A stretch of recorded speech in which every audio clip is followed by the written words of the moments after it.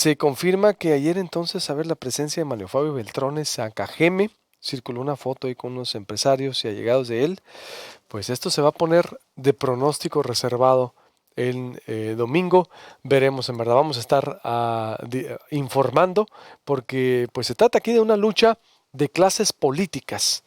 Ignacio Lagarda en la historia de Sonora, que vamos también, le adelanto, vamos a tener una sección interesante de historia de Ignacio Lagarda, Gran Proyecto Puente, estamos preparando. Yo creo que hay mucho que hablar desde, nos acordamos solo de cacicazgos de este siglo del pasado, pero desde el 1800 en Sonora hay cacicazgos con, yo creo que podríamos decir, con Pesqueira, ¿no? Uno de los primeros, después el Triunvirato, pasando después por el callismo, vaya, entre muchos otros, Ignacio, pero te cité para hacer un paralelismo, me inspiré para todo lo que ha sido la lucha de poder, la lucha de clases. ¿Qué interpretación histórica tienes de lo que estamos viendo en esto, Ignacio? Bueno, estos procesos electorales siempre han tenido algo de qué hablar, siempre son apasionantes, apasionados, pero ya hemos tenido otros procesos electorales así, como el que tuvimos en 1967 con la elección del gobernador Faustino Félix Serna, y siempre la lucha de los grupos, de los candidatos. Entonces, nada nuevo bajo el sol, para eso sirve la historia, para entender que ya ha sucedido, con diferentes herramientas nada más y diferentes grupos, otros grupos, pero esto siempre ha sido así en las elecciones, no solamente en Sonora, sino en México también. ¿Y por dónde podríamos interpretar o qué es lo diferente ahora, ciertamente? La tecnología 2021, un mundo nuevo después del COVID, ¿cómo interpretar? Claro, la participación, por ejemplo, el involucramiento de la comunidad, de la sociedad, de la población en esto, por la capacidad que hay de comunicarse ahora a través de las redes sociales, eso hace diferente. Las herramientas, las estructuras organizacionales que realizan las elecciones. Antes, en aquellos tiempos, las elecciones las organizaba el propio gobierno y las calificaba el propio gobierno, entonces había un, digamos, abuso de poder en ese sentido. Hoy en día ya es diferente, ya es un órgano autónomo, ciudadano, en teoría, pero también sabemos que está influenciado, que está infiltrado por el poder, pero cuando menos podemos suponer que esto es más limpio, más ciudadano, y la gente está muy pendiente para señalar cualquier anomalía que pueda suceder.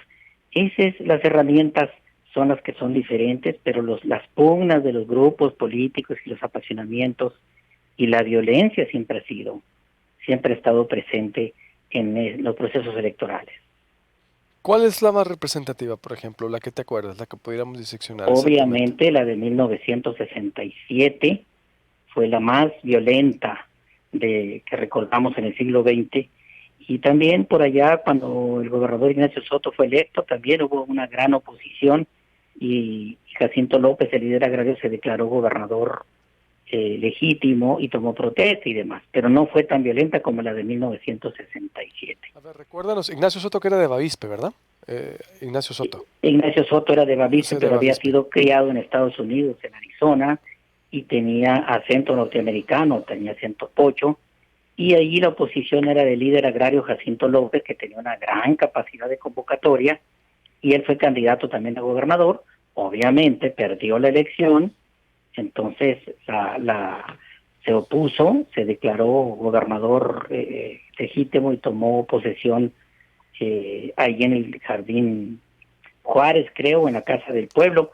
Si algo les recuerda eso a nivel nacional, pues es exactamente lo mismo lo que ya pasó en México, el presidente legítimo, pero pasó, debe haber habido alguna negociación después con él o no sé, pero pasó, y Ignacio Soto gobernó de manera tranquila, tal como lo hizo también Faustino Félix el 67, después de esa gran oposición en su contra, pues fue finalmente, ya que tomó posesión, un buen gobernador que supo conciliar todos estos arrebatos apasionantes que quedaron después de la elección. Oye, Exactamente. A ver, pero antes de, para el 67, fíjate, y ahí en Bavis, hablando de Ignacio Soto, que es de Bavispe, también hay una lucha interesante. Está uno de los Lamford, está participando contra la hermana de Alfonso Brazo, y es uno de la comunidad de la Morita también, que es un extranjero, que se está disputando el poder, ¿eh? No pusimos los ojos hacia allá, los medios, los sonorenses, por la vorágine, lo que estamos viviendo, pero también se va a llevar a cabo algo interesante, ¿eh? Yo creo que vamos a ver algo muy, pero muy eh, inédito. ¿Qué fue lo que ocurrió para que nos recuerdes en 1967 en Sonora, Ignacio? Pues había tres candidatos. Había algunos de ellos como presuntos, pero el más fuerte era Acosta Romo, que ya había sido candidato 6 años antes y también no logró, había sido precandidato y no lo logró. Entonces el 67 regresó, como decían ellos, firmes a tu regreso, Fausto Acosta Romo, sus allegados, y luego vino Soto Galindo, Leandro Soto Galindo, un ingeniero agrónomo de mucho prestigio nacional, que también se manifestó para ser candidato. Había dos. Y Enrique Cubillas, que era un ganadero reconocido, local, hermosillense, pero sin ninguna experiencia política. Esos eran los tres precandidatos, y hicieron su casa de campaña, sus promociones, y de pronto el presidente de la República, que era quien decidía en aquel tiempo quién era el candidato, aparece Faustino Félix Serna, que era diputado federal, había sido presidente municipal de Cajeme, oriundo de Pitiquito, y en una de esas jugadas, el famoso destape de aquella época, es el candidato designado por el partido desde México, por el presidente Díaz Ordaz. Entonces se dio una gran confrontación con los que ya mencioné, una gran pugna, y empezaron las diferencias, y hubo un arrebato de violencia ahí enfrente por la calle Rosales, y la policía, pues Luis Encinas apoyaba al candidato oficial, mandó a la policía persiguió a los manifestantes, que se refugiaron en la universidad. La policía entró a la universidad a corretearlos, y ahí fue cuando reventó todo. Violó la autonomía universitaria la policía. Entonces se involucraron los estudiantes de la universidad. Los estudiantes fueron apoyados por la población, y vino lo que se llamó Faustino No. Faustino No, de los estudiantes y de la población en general. Y Faustino tenía un grupo de choque paramilitar, que era la Ola Verde, que la sacó para golpear brutalmente a los manifestantes, y el gobernador Luis Encinas lo apoyaba, puso a la policía a su servicio, y hubo muertos, algunos muertos, mucha violencia. Se dio durante el proceso electoral, durante la campaña, mientras él hacía proselitismo de campaña, todas las poblaciones de Sonora estaban violentadas por la policía y los manifestantes, que los profesores, por ejemplo, paralizaron el sistema educativo estatal, desde la primaria hasta la universidad se puso en huelga, comerciantes hermosillenses y otras poblaciones cerraron sus negocios. Fue muy, muy violento, muy pesado, muy doloroso, muy difícil, pero finalmente hubo elecciones y obviamente ganó Faustino Félix. Para entonces, Fausto Acosta Romo, Enrique Cubillas y Leandro Soto Galindo ya se habían retirado de la contienda, habían desistido y se habían regresado a México, porque eran de allá de México. Este es un resumen muy breve de lo que pasó, que incluyó al final que el gobierno federal mandó al ejército Hermosillo, y el ejército entró a la universidad y desalojó a los estudiantes. Curiosamente, el batallón mismo, dirigido por el general Hernández Toledo, el mismo que un año después en México fue el que protagonizó la matanza de Tlatelolco. Era un batallón especializado que tenía el presidente Díaz Ordaz para eso, y lo mandó a Sonora.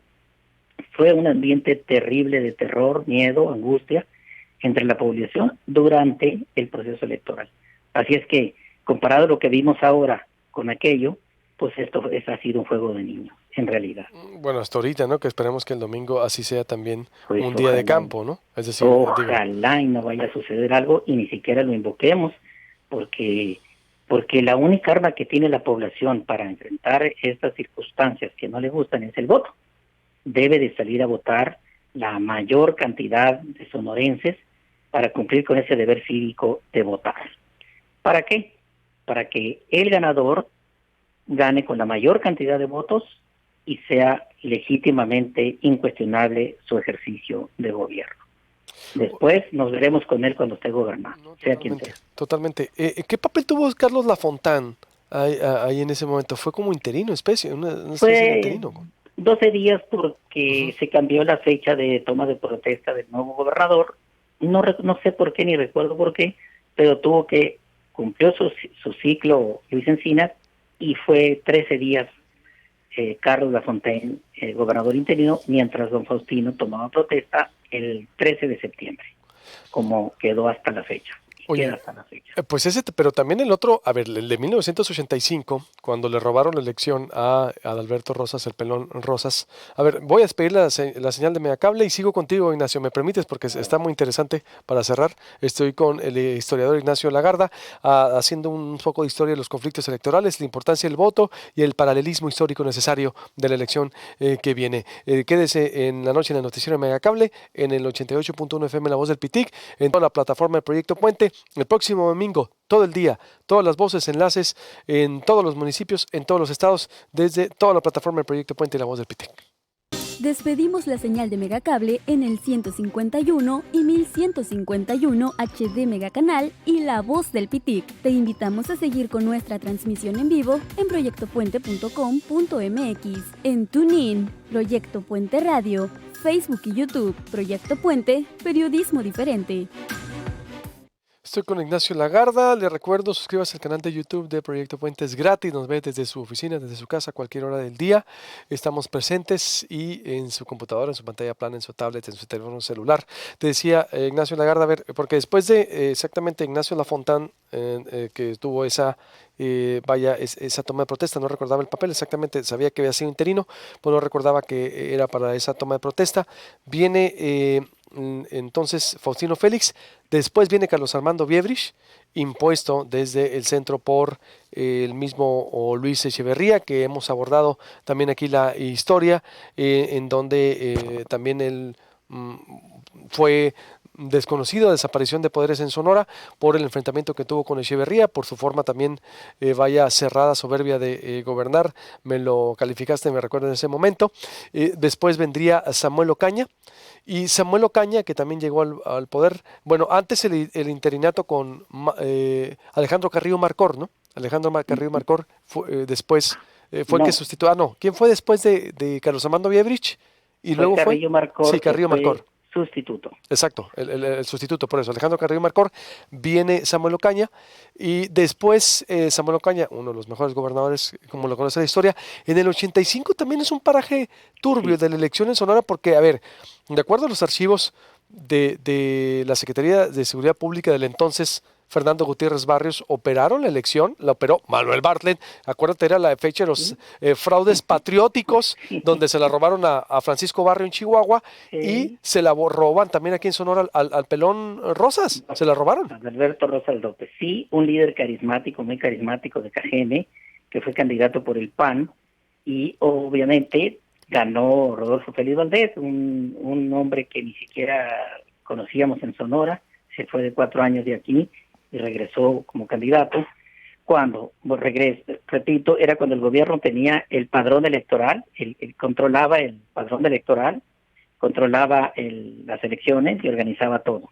Entonces ganó, Adalberto consideró que le habían robado la elección e hizo una gran protesta, que fue aquella caminata que hizo desde Guatabam, desde Estación Don hasta el puente de San Luis Río Colorado con Baja California, y obviamente tuvo todo el respaldo popular, pero en ese proceso pues no hubo violencia, no hubo sangre, hubo una gran protesta de él que fue apoyada por la mayoría de los sonorenses en ese camino, andar como una forma de protesta, y después le sacaron algunas otras cosas, ahí como ahora se filtran, nomás que antes, ahora se filtran en las redes sociales, antes se filtraban en los periódicos, pero era igual. Pero no logró vencer eso. Félix Valdés tomó posesión como gobernador. Adalberto se convirtió en un permanente opositor después, en general, y terminó hasta, creo que saliéndose del PAN finalmente, formando un propio partido local. Había sido el presidente municipal en Cajeme. Sí, 1997 se sale del PAN, bueno, después y forma el PES, volvió, fue también con el enfrentamiento ahí con Beltrones, volvió en el 2003 a ser candidato a gobernador, recuerdo, porque cubrió esa elección, pero no, ya no tenía, eran 18 años después, el pelón ya no tenía el arrastre que tuvo en el Nada, 85, es decir, ya otra vez, esa figura ya había sido desplazada por la rebasada. historia, rebasada, exactamente, tiene razón, no hubo derramamiento de sangre en el 85. Yo creo que Ocaña ganó también cómodo. Mario Fabo Beltrones ganó muy cómodo en el 91, Comodísimo. muy cómodo contra Moisés Canales, ¿no? Moisés con el ex rector del Unison. Mario tenía toda la información del salinismo, venía de ser subsecretario de Gobernación, Ujú. de trabajar con Fernando Gutiérrez Barrios, sabía muy bien cómo estaba el pulso en el 91. Es decir, entonces fue elección de calle. Y hay que reconocer que hizo una muy buena campaña también. Sí, no, por eso ganó, él venía, es un hombre de inteligencia, es decir, Sí, de política, en ese sentido me refiero que tenía toda la información, además estaba el sí, aparato sí. PRI, y el candidato no era tan fuerte tampoco, ¿no? Yo creo. No, no, no, no, no. Moisés Canales No era, no era tan no, fuerte, del el PAN. PAN estaba debilitadón en Exacto, esa si hubiera época. sido un pelón Rosas con Ujú. su fuerza en el 85, tal Sí, vez sí arrasa a Manlio Fabio Beltrones. Digo, sí. si lo hubiera continuado, por el pelón Ujú. sucumbió, no fue en el 91. No fue. 97 viene también, a ver, Armando López Armando Nogales, López Nogales gana también de trámite, sí. el beltronismo fortalece al PRD en el sur, es decir, Ajá. una alianza con el PRD fortaleció, no, se les olvida a los perredistas por qué ganaron en el sur, pero fue con la alianza con Manuel Fabio Beltrones, Para debilitar al PAN. exactamente, para al entonces Enrique Salgado era, Salgado. Enrique Salgado, ¿verdad? Ujú. Del 97. Y También de trámite, ahí sin problemas esa elección, ¿verdad? nada. Y Aunque después Cedillo no viene, quería, a ver cómo estuvo que Cedillo no quería, le pone a Armando López Nogales, porque Beltrones traía otro candidato, pero no hubo, la cuestión es que no hubo ningún derramamiento de sangre, también, no, ¿no? ni Ni política. violencia ni conflicto electoral. Sí, Después viene 2003.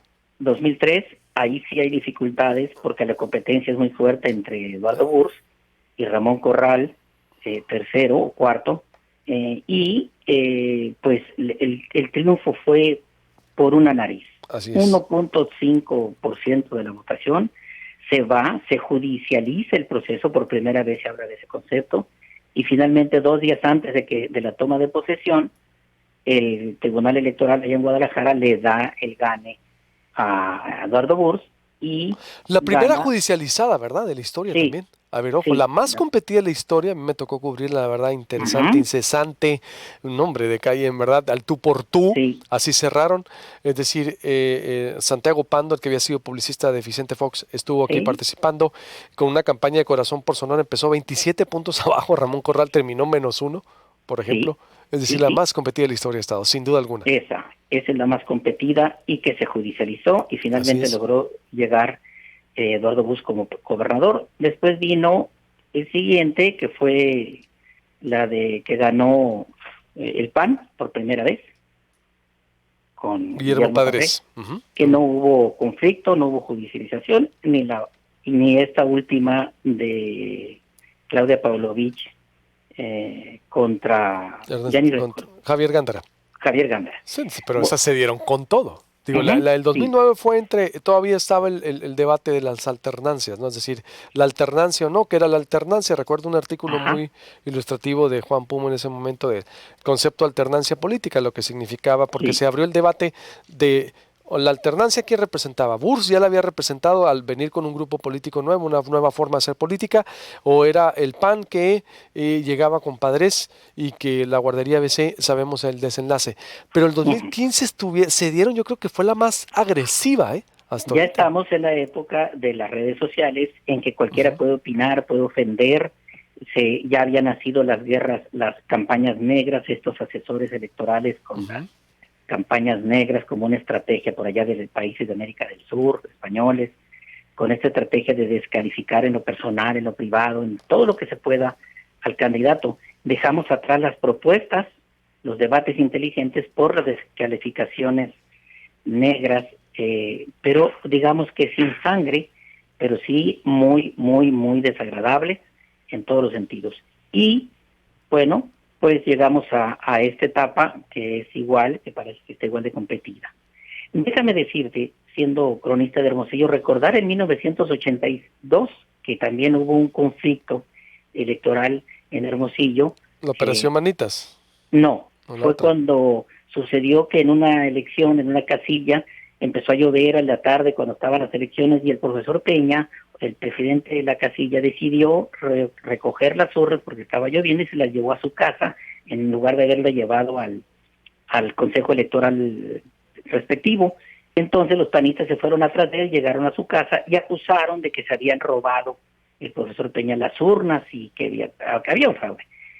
No pasó a mayores eso, pero repercutió. En ese tiempo el arquitecto Frederico López era el candidato y Casimiro Navarro era el del PAN a presidente municipal. Casimiro Navarro ganó de calle la elección, no repercutió esto, pero sí repercutió en el Congreso, porque eso fue en el Distrito Federal 2, donde Alfonso Molina Rival era candidato, y allá en México, cuando el propio Congreso Federal calificaba las elecciones, salió a relucir el conflicto de las urnas en Hermosillo y se congeló la aprobación de Alfonso Molina como ganador de aquella elección, y ahí estuvo congelada desde agosto hasta antes de que tomaran posesión el gobierno federal de la Madrid del 82.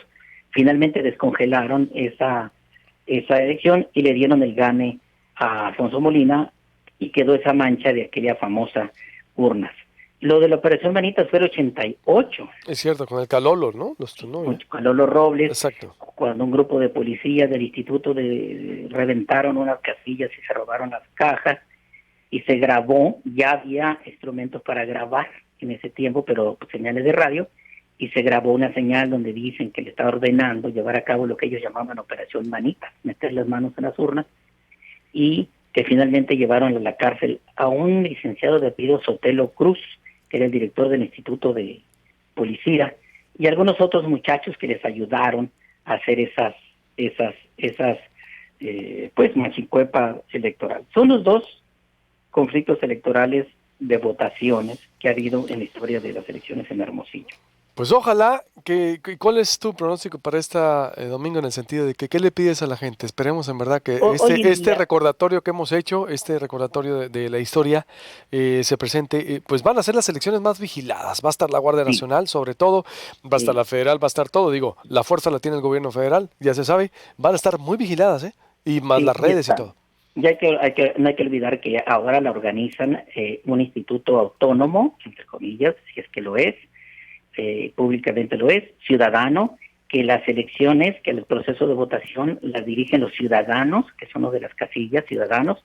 Va a estar la fuerza pública vigilando todo, los ciudadanos van a vigilar con sus teléfonos, con sus cámaras, con todo, cualquier cosa que suceda y la van a reportar, va a estar muy vigilado y por lo tanto da lugar a que cumplamos los sonorenses, los hermosillenses con el deber cívico de votar para ir a refrendar al que gane, al que sea el candidato de esta elección y que sea un gobernante legitimado por la votación. Es una vergüenza cívica y pública a nivel internacional los niveles de votación que tiene cada país, y México tiene un nivel muy bajo de asistencia a las votaciones. Los hermosillenses, los sonorenses tenemos que aguantar, ya estamos acostumbrados al calor y la incomodidad, incluyendo ahora todo esto de la seguridad sanitaria que va a haber, pero confiemos en que estas elecciones sean limpias, que no dé lugar a ningún tipo de machincuepa electoral, que es muy difícil que se haga por las condiciones que estamos hablando, y es momento de que todos, el 99.9% de los hermosillenses, solamente los que estén en un hospital, no puedan ir a votar, pero hay que ir todos a votar desde temprano y a prepararnos con todo lo que necesitemos, sombrilla, sombrero, agua, todo para votar y dar una prueba cívica, darles una prueba cívica a los candidatos que se han dado con todo también en las redes sociales y en todo lo demás, darles una prueba cívica de que los sonorenses somos cumplidos cívicamente y vamos a votar, y el que gane, que sea legítimamente electo con la mayoría y una gran diferencia de votos de uno contra el otro, para que no haya lugar a dudas en cada uno de los puestos en que se están compitiendo. Queremos una elección de civismo y de patriotismo. Estoy de acuerdo. Y ¿sabes qué? Y ojalá que el que gane por unos 5 puntos, 7 puntos, o 4 puntos. Qué flojera. Para que no haya discusión, Sí, para hombre, que no haya imagínate que juicio. fue la del 2003 que me tocó, digo, que la de Eduardo Bursi fue muy buena ¿Mm? campaña y ha sido, yo creo, uno de los candidatos más disruptivos que ha tenido en la historia de las elecciones de Sonora, lo puedo afirmar. Y yo creo que ha Ujú. sido el candidato más disruptivo y más rebelde y más combativo, la verdad, porque le destronó, es decir, de la era moderna.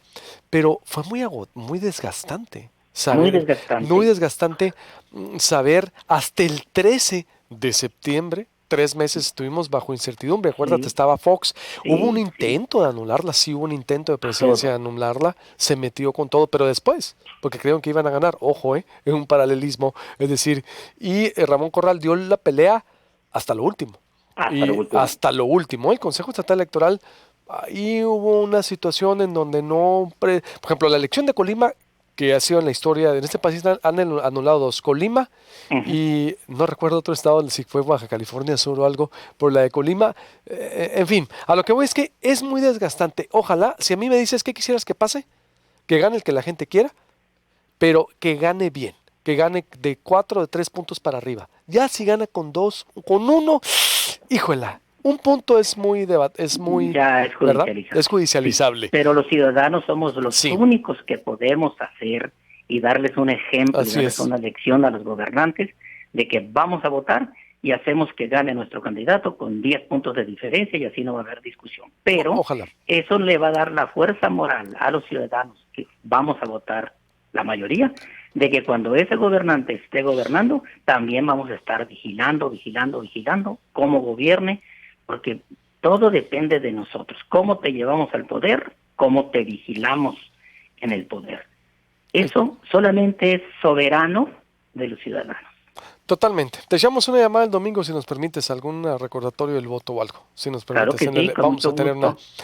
cobertura muy, muy amplia y completa, así que tú eres parte ya de aquí. Anuncio que Ujú. próximamente no les voy a dar todo sobre cómo te vas a incorporar acá a Proyecto Puente.